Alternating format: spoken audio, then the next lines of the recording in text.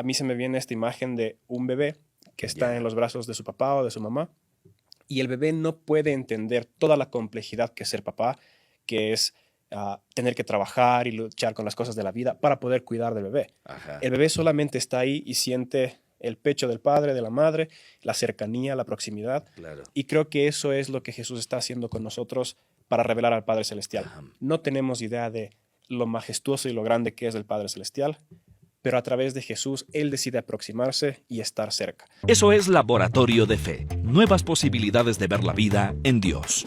Aquí me encuentro otra vez en un nuevo episodio, pero en secuencia en cuanto a conversar con nuestro amigo invitado, Samuel Melo. Y ahora le estoy aprovechando que lo tengo bastante cerca para hacer esta serie de conversaciones. Y hay un pasaje bíblico que en este momento quiero desmenuzarlo, o un par de pasajes en realidad, y desde allí construir nuestra conversación en los próximos minutos. Y el uno tiene que ver con aquello que dijo Jesús: ya no los llamaré más siervos, sino amigos, lo que relata el Evangelio de Juan. Y Santiago, el escritor de la carta, que lleva su mismo nombre, en un pasaje dice que cualquiera que ama el mundo se constituye en enemigo de Dios. Es decir, como estaría dejando de ser amigo de Dios si ama al mundo. ¿Cómo ser amigos de Dios? ¿Cómo vivir esa relación de amistad con Dios, como nos lo propone el Evangelio de Juan, mientras vivimos en este mundo, como diría el texto bíblico y la oración de Jesús? Padre, te pido que los guardes del mal, pero que no los quites del mundo? Por ejemplo, ¿cómo vivir entonces esa amistad con Dios mientras pasamos por este mundo, mientras estamos caminando por este mundo, y no ser del mundo como tal? Vamos a intentar despejar esta inquietud para seguir afirmando al final nuestra fe, nuestra relación con Dios, por un lado de padre a hijo, de hijo a padre, hablando de nuestro Padre Dios, pero también en esa relación de amistad con nuestro Creador y nuestro Salvador. Samu, gracias por acompañarnos. Qué gusto tenerte en otra conversación aquí en Laboratorio de Fe. Dua, amigos que están mirando este video podcast, para mí es siempre demasiado lindo estar con HCJB, produciendo este tipo de cosas y conversando sobre todo estas cosas que para uno son extremadamente importantes, y sé que para los que están mirando también son importantes. Para comenzar, ¿a tu padre cómo le tratas? ¿De tú o de usted? De tú.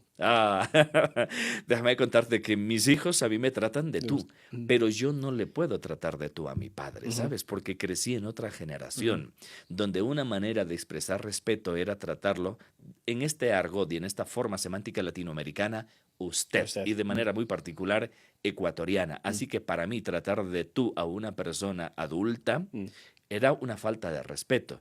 E incluso ahora a una persona que yo Está la bien, veo... si comenzamos de nuevo ahí. Te trato de usted. Pero no quiero, de verdad no quiero faltar de respeto. No, tranquilo, tú me puedes tutear. Sí. Con toda confianza, ¿Seguro? porque yo no estoy acostumbrado ya a que me traten de usted. ¿Seguro? Seguro. No, tranquilo, Samu. Okay. Bueno, esto que estamos conversando acá es justo como para tratar de entender nuestra relación con Dios. Porque a veces nosotros sentimos que esa amistad con Dios probablemente no la vivimos como deberíamos vivirla, o creemos que al tratarlo a Dios con la reverencia, por supuesto, que se merece, creemos que esa reverencia, en cierto sentido, debe ser mantenida con mucho respeto, y para no transgredir esa reverencia, nos sentimos a veces emocionalmente un poco distantes de Dios, cuando la intención de Dios a través de Jesús es mantener una cercanía profunda. Y a veces me he preguntado cuánto me estoy perdiendo de ser amigo de Dios. No amo al mundo, creo que no amo al mundo, pero por otro lado no sé cómo ser más amigo de Dios, cómo construir esa amistad con Dios y, por supuesto, mientras vivo en este mundo, y evitar ser ese amigo del mundo que me pueda desconectar con Dios. Pero a veces sin ser amigo del mundo, probablemente sigo estando un poco distante emocionalmente de nuestro Dios, afectivamente de nuestro Dios. Entonces, para empezar, Samu, trátame como tú o de tú sin ningún problema, de verdad. Y yo que tengo hijos, pues me tutean, aunque a mí me resulta difícil tutearle a mi padre. Ujú. De todos modos, ¿cómo podemos construir esa relación de amistad con Dios sin salirnos de este contexto donde vivimos, sin salirnos del mundo, pero también manteniendo nuestra, llámese distancia más bien, del mundo? Mm. Empecemos por construcciones de relaciones. Mm. ¿Cómo ser ese hijo de Dios que le ve a papá Dios como amigo? Creo que el nombre que más me gusta de Jesús, o la forma en la que más me llena el poder conceptualizar a Jesús, es con la profecía de que iba a ser llamado Immanuel, Ya, o sea, Dios con nosotros. Porque a mí se me viene esta imagen de un bebé que está ya. en los brazos de su papá o de su mamá, y el bebé no puede entender toda la complejidad que es ser papá, que es tener que trabajar y luchar con las cosas de la vida para poder cuidar del bebé. Ajá. El bebé solamente está ahí y siente el pecho del padre, de la madre, la cercanía, la proximidad. Claro. Y creo que eso es lo que Jesús está haciendo con nosotros para revelar al Padre Celestial. Ajá. No tenemos idea de lo majestuoso y lo grande que es el Padre Celestial, pero a través de Jesús Él decide aproximarse y estar cerca. Ujú. Entonces, Él nos está dando permiso, de cierta forma, de ser próximos a Él. No está manteniendo una distancia. Hay muchísimas religiones alrededor del mundo donde su Dios o los dioses están detrás de un velo de misterio, donde no podemos aproximarnos a ellos, pero en el cristianismo Dios dice, no solamente yo estoy con ustedes, sino me muestro a ustedes. Ujú. Y Jesús es la expresión de ello, y creo que un pasaje hermoso es cuando Juan está ahí en el regazo de Jesús, o sea, literalmente está apoyado en Jesús porque él se dejaba aproximar. Cuando Jesús está ahí con los niños y dice, dejen que los niños vengan a mí. Entonces, el Padre Celestial está abriendo sus manos. Ujú. Sin embargo, en especial creo que en mi generación fue un pequeño problema porque queríamos popularizar el cristianismo a través de cosas como el rap o cierto tipo de películas y cosas así. Y comenzamos a hablar acerca de que Dios es nuestro amigo. Y algunos de mi generación comenzaron a orar como que Dios fuera un amigote más. Entonces, ahí a través de eso uno puede darse cuenta de que, ok, no están necesariamente entendiendo de que no es tan así tampoco, Ujú. porque justamente con nuestras palabras o le damos el lugar a la persona que merece o le estamos rebajando un poco. Creo que aquel que está en una posición superior puede hacerse así menos como para ser aproximable, Ujú. pero el que a veces está abajo por su inmadurez o por su forma de ser no puede subir a la altura de aquellos que están en una posición superior. Entonces, Dios sí se aproxima a la humanidad y creo que nos entiende cuando nosotros nos salimos de ciertos márgenes o de ciertas reglas o no nos acercamos con la actitud correcta. Ujú. Creo que Él nos puede entender. Sin embargo, creo que también habla de nuestra propia teología, el cómo nosotros nos referimos a Dios el Padre. Nosotros tenemos el derecho de ser hechos hijos de Dios, pero siempre vale la pena recordar que no éramos o que estábamos enemistados Ajá. y que de cierta forma, a pesar de que Él nos llama amigos, quizás debemos recordar que también nosotros somos siervos de Él Ujú. y demostrarle a través de todo lo que somos y hacemos con nuestra vida que estamos dispuestos a ponernos en nuestra posición en relación a su posición. Ujú. Ahora, pensemos un poco en esa relación de amistad, donde ¿qué entendemos o deberíamos entender desde la enseñanza cristiana lo que es amistad y amistad con Dios? De esa amistad que uno normalmente construiría con sus pares, con las personas que están alrededor nuestro. ¿Cuáles serían las similitudes y las diferencias que deberían haber en esa construcción de amistad? Bueno, no sé qué tanto podamos sacar de la Biblia como reglamentos para amistad. Ujú. Hay referencias que hacen pasajes como David y Jonatán Ajá. y en Proverbios cuando se habla de que un amigo es más que un hermano y cosas así. Pero como la amistad es un concepto tan amplio y muchas culturas se acercan de forma diferente a la amistad, hay una de Platón que a mí me gusta, que creo que es como la forma más holística o más completa de entenderlo, y es que dos personas se hacen amigas cuando realmente ven hacia la misma dirección y cuando aprecian las mismas cosas, porque son esas cosas las que hacen sentirnos que somos semejantes. Creo que la amistad con Jesús nace en el instante que vemos a la persona de Jesús, vemos cómo se comporta, vemos cómo se habla y decimos, yo quiero estar cerca, yo aprecio eso, yo admiro eso, yo quiero imitar eso. Si es que vemos a Jesús y más bien nos genera una reacción así como, a mí que me importa, o eso es, como decía Nietzsche, por ejemplo, eso es de niños. Entonces, ahí obviamente no estamos mirando la misma dirección, no apreciamos las mismas cosas y no hay amistad. Si Jesús habla, por ejemplo, del perdonar a los enemigos, y yo como ser humano no puedo ver el valor en perdonar a enemigos, simplemente no puedo ser amigo de Jesús. Por más que vaya a una iglesia. Claro. Si yo considero que tengo derecho de conservar rencor y venganza, no estoy siendo amigo de Jesús. Más bien estoy siendo amigo de aquellos que hablan acerca de tomar la justicia en sus propias manos. Y en el mundo hay muchos que ofrecen ese tipo de cosas. Así que creo que por ahí va. Si nosotros vemos a Jesús y lo admiramos y queremos estar cerca, ahí nace una amistad y una relación natural. Por ejemplo, en el caso de Juan, cuando habla de ser amigo de Jesús, como propuesta misma de Jesús, no desde el lado del ser humano, el verbo, entiendo que se usa allí, es fileo, o sea, una relación filial, como de pares en cierto sentido. Pero por otro lado, cuando hablamos de dejar de ser amigos del mundo, no es tanto la expresión de fileo, sino de deseo en el sentido de codicia. Es decir, si yo codicio aquellas cosas que Dios establece como mundanas, entonces dejo de ser amigo de Dios. Y son como expresiones un poco diferentes y actitudes emocionales probablemente también un poco diferentes, porque no es lo mismo la codicia que el afecto.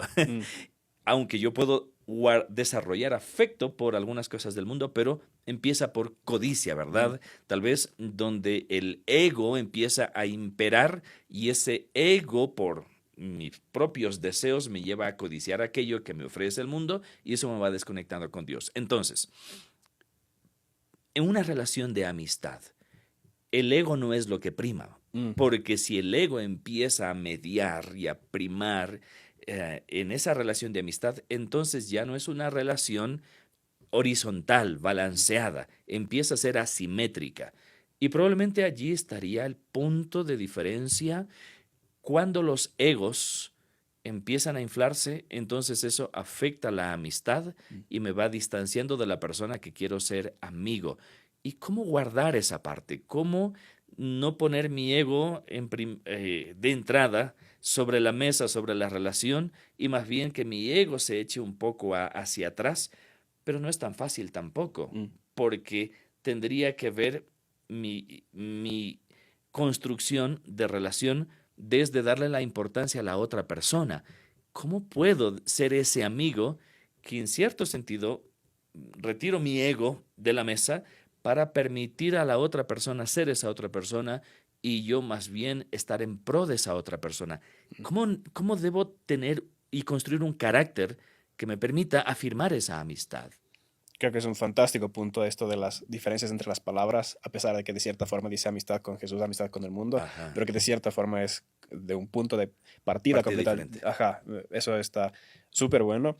Y creo que lo podemos poner en relación igual con si es que estamos casados, tenemos esposa, o si es que tenemos otros amigos. Siempre para poder construir puentes con los otros, tenemos que estar dispuestos a, de cierta forma, dejar ciertos derechos nuestros para que prime esta tercera cosa, que ya no es esa persona ni yo, sino esta tercera cosa que es la relación, donde la relación es más importante que el individuo que compone la relación. Si estoy casado, obviamente van a haber momentos en que mi pareja va a romper o transgredir mis derechos.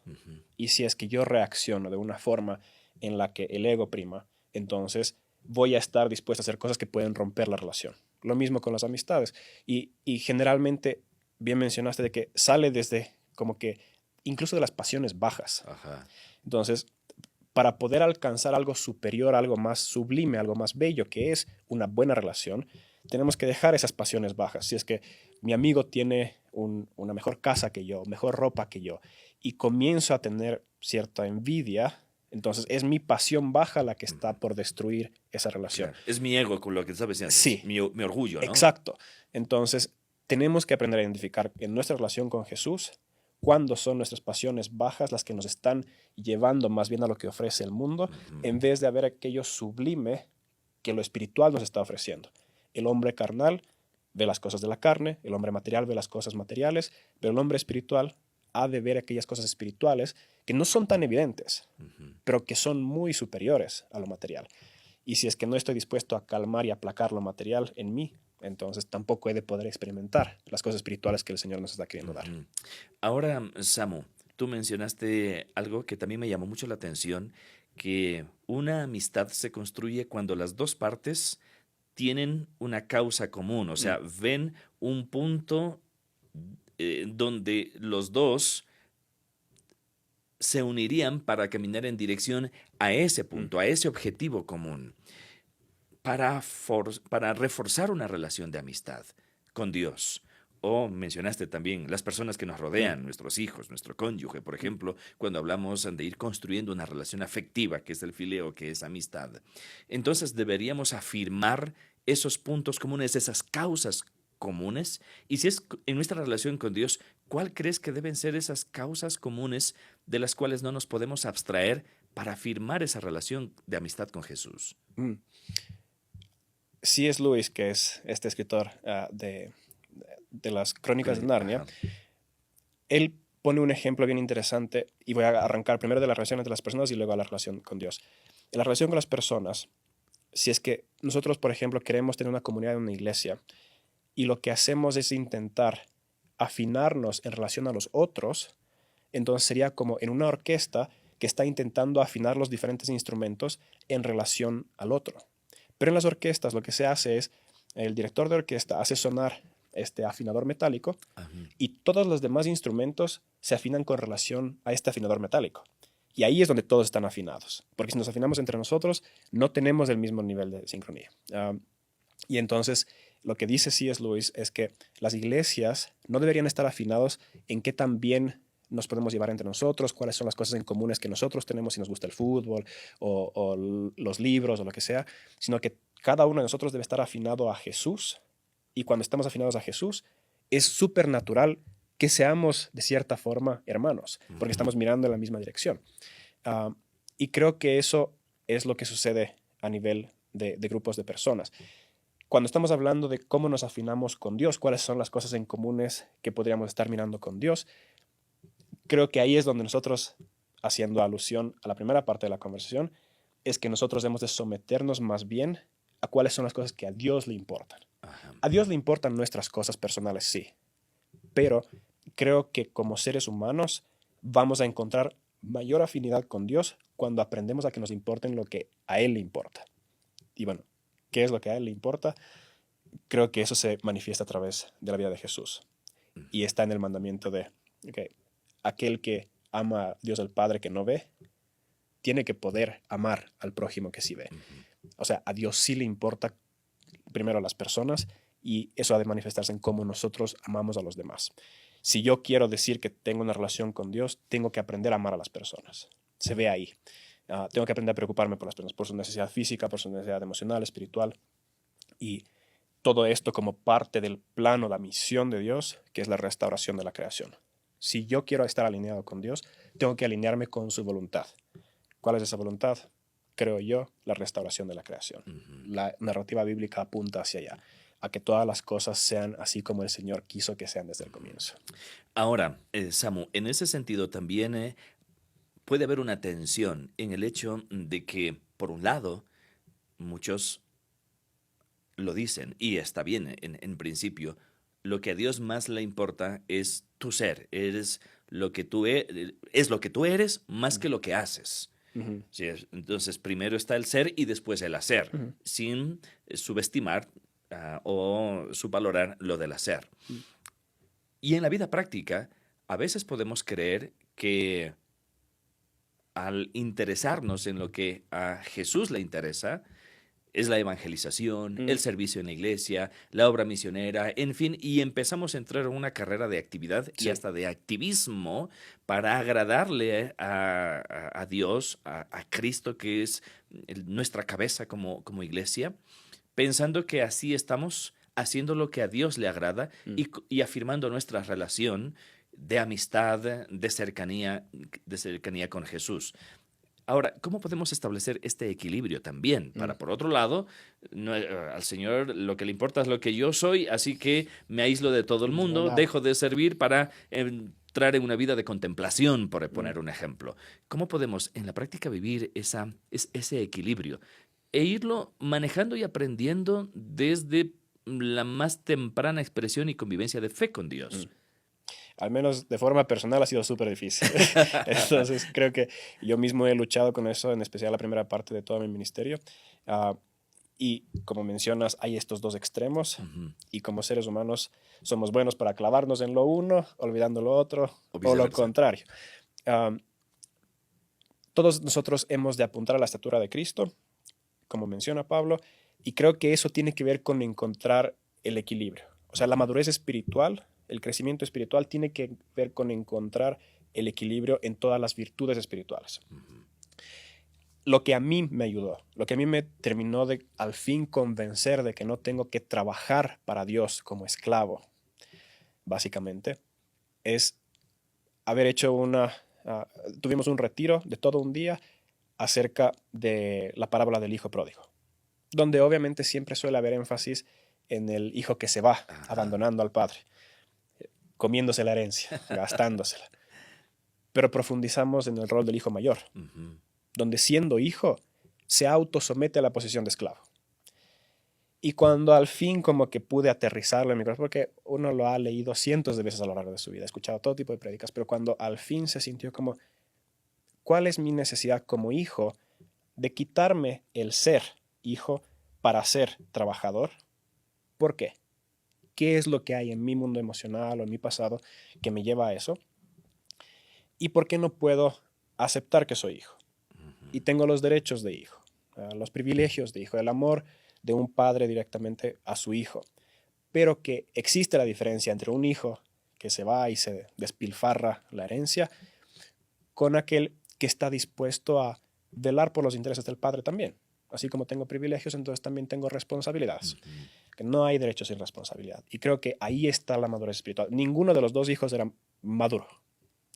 Y hemos de tener que intentar calibrar nuestra vida espiritual a tal punto que realmente podamos servir desde el ser sin ninguna presión por pensar que estamos logrando más o menos para Dios o que su amor depende de ello, sino realmente tener la convicción profunda de que hay tiempos en la vida en que puedo servir más, tiempos en la vida que ni siquiera de poder servir, pero que eso no afecta a mi estatus de hijo. Ahora, también ya para ir terminando esta otra conversación contigo, Samu, a veces hay momentos donde uno emocionalmente se siente desconectado de Dios, de Jesucristo como tal. ¿Hasta qué punto es importante validar nuestra relación de amistad con Dios desde lo emocional? Y también cómo evitar que la emocionalidad sea lo que siempre filtre mi calidad de relación con Jesús. ¿Cómo guardar ese equilibrio? ¿Cómo lo haces tú? Porque supongo que a veces tal vez te sientes un poco emocionalmente distante o lejos de Dios. No siempre estamos en el mismo nivel emocional. ¿Cómo sentirnos al final realizados como hijos de Dios, completos, satisfechos como hijos de Dios, aunque no siempre emocionalmente sintamos que estoy pero gozando de una relación con Dios y que lo asiento Dios a mi corazón? A veces eso no sucede. Y seguir guardando esa convicción de fe y de relación cercana con Dios, a pesar de que no siempre lo siento. Pero también es importante sentirlo y cómo manejar esa parte de vida. Creo que a veces en las iglesias hablamos muy poco acerca de la responsabilidad que tenemos como creyentes de ir madurando espiritualmente, de aspirar a esta madurez espiritual. Todos nosotros como seres humanos estamos cargados de emociones. A veces somos más frágiles, a veces estamos más fuertes, pero creo que al tener este profundo mundo emocional de necesidades emocionales, es muy fácil que de la misma forma como esperamos de nuestros amigos, nuestra familia, nuestra pareja, que satisfagan nuestras necesidades emocionales, proyectamos lo mismo a Dios, de que Dios tiene que satisfacer mis necesidades emocionales. Y a pesar de que creo yo que Dios tiene la capacidad de hacerlo, no creo que sea su propósito principal satisfacernos emocionalmente. Y eso significa que si hay momentos donde yo me siento un poco más solo o como lejos de Dios, o que hay demasiadas dificultades en mi vida y que por ende necesito más proximidad o amor de parte de Dios, entonces, a pesar de que Dios tendría la capacidad de hacerlo, nosotros más bien hemos de apuntar a que nuestra vida espiritual debe someter a la carne y debe someter a las emociones, porque muchas veces nuestras emociones nacen también de nuestra carne. Si es que es el espíritu el que nos ha de guiar, la vida espiritual y no la vida carnal, entonces tenemos que entender que nuestras emociones van a ir subiendo, van a ir bajando, y que nosotros hemos más bien de tener un dominio de nuestra vida emocional. Eso es así como los niños se caracterizan por no tener dominio de su vida espiritual, de su vida emocional, y los adultos esperamos que tengan un dominio de su vida emocional, porque hay una curva de crecimiento y madurez. Lo mismo sucede en la vida espiritual. Si es que nuestras emociones manejan nuestro espíritu, entonces estamos alrevesados, somos inmaduros espiritualmente. Debemos aspirar a que cuando hayan estas pruebas emocionales, veamos a través de todo de que las promesas y las verdades de Dios no se alteran solamente porque nos despertemos del lado equivocado de la cama. Y este es un mensaje un poco difícil porque me encantaría traer siempre el mensaje de que Dios te va a abrazar cuando tú necesites y te va a hacer sentir bien y todo lo demás, pero en la práctica no es así. Él quiere que nosotros crezcamos y que tengamos esa fuerza espiritual para que sea el Espíritu el que dirija nuestras vidas y no nuestras emociones. Las convicciones van a ir determinando también nuestra parte emocional. Y en ese sentido, hay una variable que tal vez no hemos conversado mucho en este momento, y ahora sí, ya para cerrar. Y quiero poner a esa variable como la palabra de Dios, un medio, y como mediadora me refiero a la palabra de Dios, que afirma nuestra relación con Él, porque un amigo se comunica, o los amigos nos comunicamos, y la manera en comunicarnos con Dios, o la que Dios ha instrumentalizado para comunicarse con nosotros, es su palabra revelada, su pensamiento revelado, sus anhelos revelados para nosotros en un texto llamado Biblia, y que es y sigue siendo el manual que alimenta nuestra fe, nuestra relación en cuanto a oración, a meditación. Son prácticas que a veces podemos estar subestimando en este tiempo tan ajetreado, en este tiempo también marcado por el relativismo, y en donde mucho se puede pensar que tal vez la construcción de fe no siempre requeriría tiempos de conocerle a Dios a través de su palabra, tiempos de oración, y que uno puede afirmar y crecer con la actividad cotidiana que hace. Y a veces nos descuidamos de estas prácticas de fe. La palabra de Dios, ¿cómo debe ser procesada en nuestras vidas? ¿Cómo debe llenar nuestras vidas en esa relación para afirmar y construir o seguir reforzando nuestra relación de amistad con Jesús? Creo que una buena analogía es pensar acerca de nuestra vida como en un barquito, en un bote que está en alta mar. Y el momento que nosotros tomamos el tiempo de comenzar a leer la Biblia o de tener nuestro tiempo devocional es como echar un ancla, ¿no es cierto? Ahí es como que al fin, en medio de todo ese ajetreo, los problemas de la vida, nuestros sube y bajas emocionales en ese oleaje, aunque sea tenemos una cosa, un cable que nos pone en algo firme. Ha sido inmutable la palabra de Dios. Jesús lo dice, cielo y tierra pasarán, mas su palabra no pasará. Entonces, creo que si es que nosotros estamos luchando con esa inestabilidad en la vida, debemos realmente aferrarnos. ¿A cuál ancla? En la palabra de Dios. En los tiempos de oración, la comunicación que Dios nos da es a través de la Escritura revelada, y nosotros tenemos el privilegio de responderle a través de la oración, y muchas veces Él también nos responde en medio de ese tiempo de oración. Y creo que estas son las cosas a las que justamente en nuestra madurez espiritual y el crecimiento espiritual hemos de ir aspirando cada vez más. Y mientras más experimentamos esa solidez espiritual ahí, creo que también es más sencillo luego, porque nos damos cuenta de que ¿para qué dejo de conversar con el Padre Celestial? ¿Para qué ¿Para qué quiero en mis propias fuerzas intentar?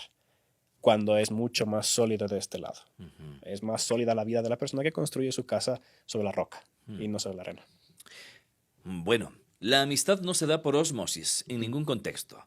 En la relación entre amigos, en esa relación social horizontal, se requiere intencionalidad para ir construyendo y fortaleciendo esa amistad. Y simplemente el principio es el mismo en nuestra relación con Dios. Afirmar, fortalecer nuestra relación con Cristo Jesús, esa relación tan cercana de amigos, no se da por ósmosis. Aunque Dios sea sobrenatural, Él nos ha legado parte de esa responsabilidad en la construcción de responsabilidad y, como decía Samu, en nuestra búsqueda de madurez espiritual, que tampoco se da por ósmosis. Nuestro crecimiento integral no se da por generación espontánea. Requiere intencionalidad, requiere planeación, requiere tiempo, requiere de voluntad. Pero ¿es posible? Por supuesto. Así que nuestro desafío sigue estando allí y nuestra pasión por seguir a Jesús también se va a encender tras esa intencionalidad práctica que nosotros imprimamos en nuestra relación de fe. Así que gracias una vez más por ser parte de esta conversación y nos vemos en otro momento. Este contenido fue producido gracias al apoyo de amigos como tú. Anhelamos seguir bendiciendo también a otros. Por eso, te invitamos a sumarte con tus donaciones a través de nuestro sitio web hcjb.org.